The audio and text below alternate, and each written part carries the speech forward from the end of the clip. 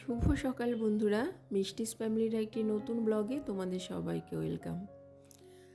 তোমরা যে যেখান থেকে আমার ভিডিও দেখছো, আশা করছি সবাই ভালো আছো।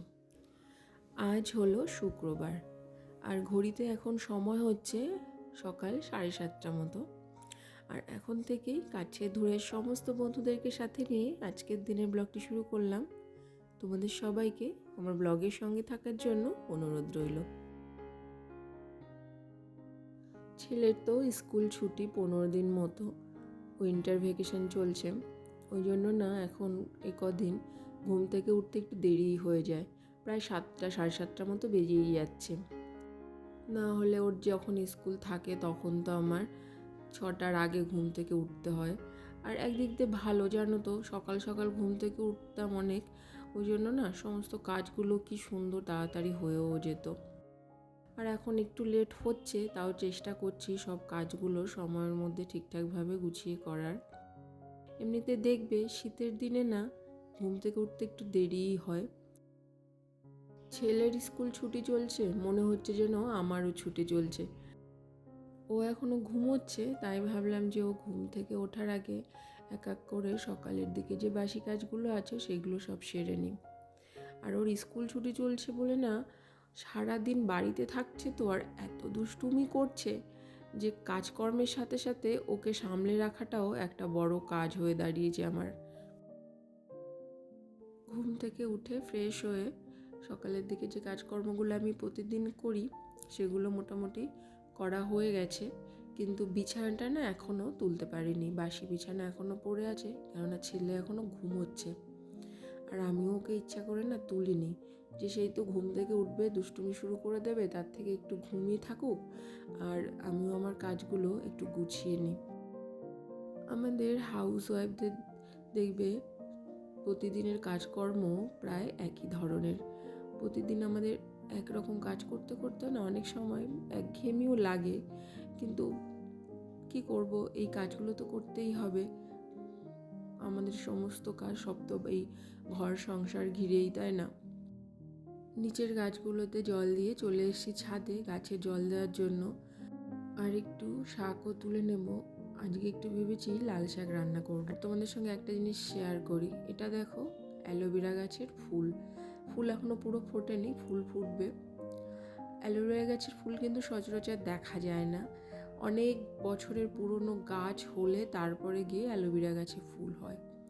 আমার এই অ্যালোভেরা গাছটা জানো তো প্রায় 7-8 বছর পুরনো, সেই জন্য না এখন মাঝে মধ্যে এই গাছটাতে ফুল হয়। পুরো ফুলটা যখন হবে আমি তোমাদের সঙ্গে শেয়ার করব। আর এই আমার যে অপরাজিতা গাছটা আছে না, প্রতিদিন ওটাই দেখি একটা করেই ফুল হবে, ওর থেকে বেশি ফুল আমি গাছটাতে হতে দেখিনি। উপর থেকে নিচে এসে ঠাকুর ঘরটাও মুছে নিলাম, তা প্রায় এখন সময় হয়ে যাচ্ছে প্রায় 9টা মতো। ছেলেকে ঘুম থেকে তুলে দিয়েছি। প্রতিদিনই ঘুম থেকে ওঠার পর ওর একটু আমার কোলে উঠতে ইচ্ছা করে, তাই সকালের দিকেও ঘুম থেকে তোলার পর না একটু কিছুক্ষণ কোলে নিয়ে আদর করতে হয়।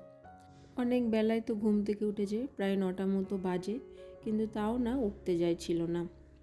আর যখন দেখো স্কুল থাকে তখন কিন্তু ওই সকাল 7টায় ডেকে তুলে দিই, উঠে পড়ে, আবার রেডি টেডি হয়ে স্কুলে চলেও যায়। বাড়িতে আছে তো ওই জন্য মনে হয় বেশি টাইম ঘুমিয়ে থাকতে ইচ্ছা করছে। আর আমিও না ইচ্ছা করে ডাকছি না, এমনিতে আমার কাজগুলো করা হয়ে যায় ঘুমিয়ে থাকলে। তার উপরে শীতের দিন তো ভাবি একটু বেশি টাইম ঘুমুক, আবার তো এই কদিন পরে স্কুল শুরু হয়ে যাবে, তখন কত তাড়াতাড়ি উঠে ঠান্ডার মধ্যে স্কুলে যেতে হবে। এই সব কিছু ভেবেই আমি আর ওকে ঘুম থেকে খুব একটা সকালে ডেকে দিই না।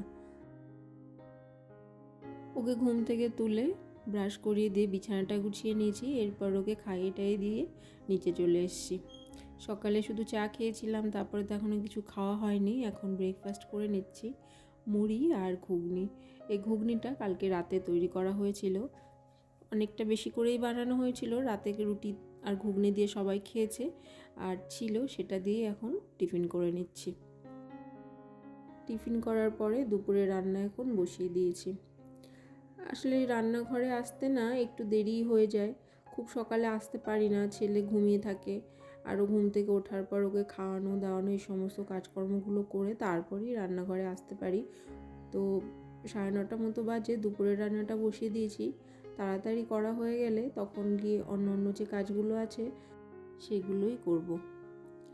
ভাত বসিয়ে দিয়েছি আর পেঁপে সেদ্ধ দিয়েছি। আর আজকে এনেছে ট্যাংরা মাছ, আর কালকের না 2 পিস কাতলা মাছ ভাজা আছে।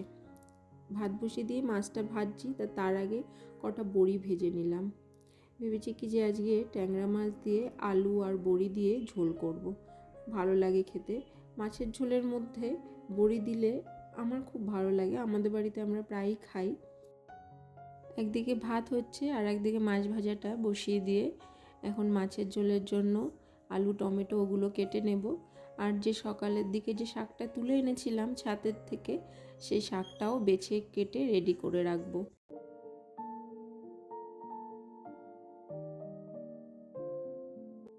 আমার ঘরের সামনে বারান্দাতে তো আমি একটা টবের মধ্যে ধনেপাতার দানা ছড়িয়েছিলাম, সেখান থেকে কি সুন্দর ধনেপাতা গাছ হয়েছে।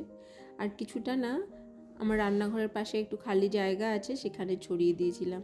ওখানেও দেখে কি সুন্দর হয়েছে, ওখান থেকে কিছুটা তুলে আনলাম।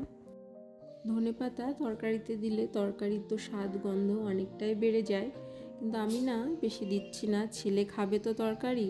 এমনি তো ধনেপাতাটা বেশি খেলে দেখবে একটু অ্যাসিডিটি প্রবলেম হয়, তাও তরকারিতে অল্প অল্প করে দিই, ভালোই লাগে। আর ধনেপাতা বাটা তোমরা কোনোদিনও খেয়ে দেখেছো? ধনেপাতা কাঁচা লঙ্কা রসুন দিয়ে বেটে খেলে সেটা যে কি টেস্ট! আগে খুব খেতাম জানো তো, কিন্তু এখন না আস্তে আস্তে দেখছি খেলে পারে অ্যাসিডিটি প্রবলেম হয়, ওই জন্য সেই খাওয়াটা না একেবারে বন্ধই করে দিয়েছি। ওই তরকারিতে মাঝে মধ্যে একটু দিই। মাছের ঝোলটা তো রেডি হয়ে গেছে, আর এখন শাকটা বসিয়ে দিলাম। শাক আলু শুকনো লঙ্কা রসুন ফোড়ন দিয়ে, আর বলছিলাম না যে কালকের 2 পিস কাতলা মাছ ছিল ভাজা, সেটাই এই শাকের তরকারির মধ্যে দিয়ে দিলাম। আমি না আবার এই শাকটাক না ভাজা খেলে এমনি ভাজা খাই রসুন ফোড়ন পেঁয়াজ দিয়ে, কিন্তু তরকারি করলে হয় চিংড়ি মাছ বা অন্য যে মাছ থাকে সেই মাছটা দিয়েই করি, এমনি না খেতে আমার ভালো লাগে না। রান্না বান্না কমপ্লিট করে আর রান্নাঘরের যে সমস্ত কাজ থাকে, রান্নার পরে তো অনেক কাজ থাকে, সেইগুলো সব করে আবার চলে এসেছি ওপরে রুমে। ছেলে কিছুক্ষণ খেলা করছিল, তারপরে দেখো আবার ফোন নিয়ে বসে পড়েছে। এই বাড়ি থাকলেই একটা সমস্যা, অনেকটা টাইম না ফোন দেখে ফেলে। অনেক চেষ্টা করি, কিন্তু বারণও করি, কিন্তু শোনাতে পারি না। বাচ্চাদের এত ফোন দেখা ভালো নয় আমিও জানি, অনেক বলি, একটু টাইম শোনে আবার সে দেখা শুরু করে। ঘড়িতে এখন সময় হচ্ছে প্রায় 12টা মতো। তার মধ্যে সমস্ত কাজ মোটামুটি গুছিয়ে নিয়েছি, আর ওপরে এসে একটা কমলা লেবু ছুলে মা ছেলে দুজনে মিলে খেয়ে নিলাম। আর এই শীতের দিনের জামা কাপড় কি বলবো, খুবই বিরক্তিকর লাগে জিনিসটা। শীতের পোশাকগুলো না, এই এমনিতে এত জামা কাপড়, তারপরে শীতের জামা কাপড়গুলো এদিক ওদিক, সেগুলো যখন চোখের সামনে দেখি মনে হয় যে কতক্ষণে গুছিয়ে ঠিকঠাক জায়গা মতো রাখবো। সব কিছু যদি ঠিকঠাক সুন্দর করে গোছানো সাজানো পরিপাটিভাবে রাখা হয়, দেখবে সেই ঘরটাতে আমাদের থাকতেও ভালো লাগে। তাই কাজের ফাঁকে ফাঁকে যথাসম্ভবভাবে চেষ্টা করি সব কিছু ঠিকঠাকভাবে গুছিয়ে রাখার। ছেলেকে স্নান টান করিয়ে দিয়েছি, আমি স্নানে যাব, তার আগে একটু বেডরুমটা ঝুলটা একটু ঝেড়ে নিচ্ছি। আজকে তো আর সব ঘর করতে পারবো না, তাই ভাবলাম যে বেডরুমটাই করে নিই, অন্য একদিন সময় করে অন্য ঘরগুলো সব ঝুলটা ঝেড়ে দেব। মাসের মধ্যে না 2-3 বার করে এই ঘরে ঝুল ঝাড়ার কাজটা আমি করি। আর এখন না দেখছি ঘরে ঝুল জমছে, আর তার সাথে সাথে বাইরে থেকে ওই যে সর্ষের মধ্যে যে পোকা থাকে না, সর্ষে খেতে সর্ষে ফুলের মধ্যে ছোটো ছোটো পোকা, সেগুলো না কোথা থেকে ঘরের মধ্যে সে ঝুলের মধ্যে গিয়ে এসে এসে পড়ছে। এইভাবে ঘরগুলো আরও বেশি নোংরা হয়ে যাচ্ছে। ঘরের ঝুলগুলো ঝাড়ার পরে বেডরুমের দরজাটাও একটু পরিষ্কার করে দিলাম। কালী পুজোর সময় করা হয়েছিল, তারপরে না অনেক দিন গ্যাপ পড়ে গেছে, দরজাটা আর না মোছা হয়নি। তা আজকে দেখলাম যে একটু সময় আছে হাতে এখনও, তাহলে কাজটা করেই নিই।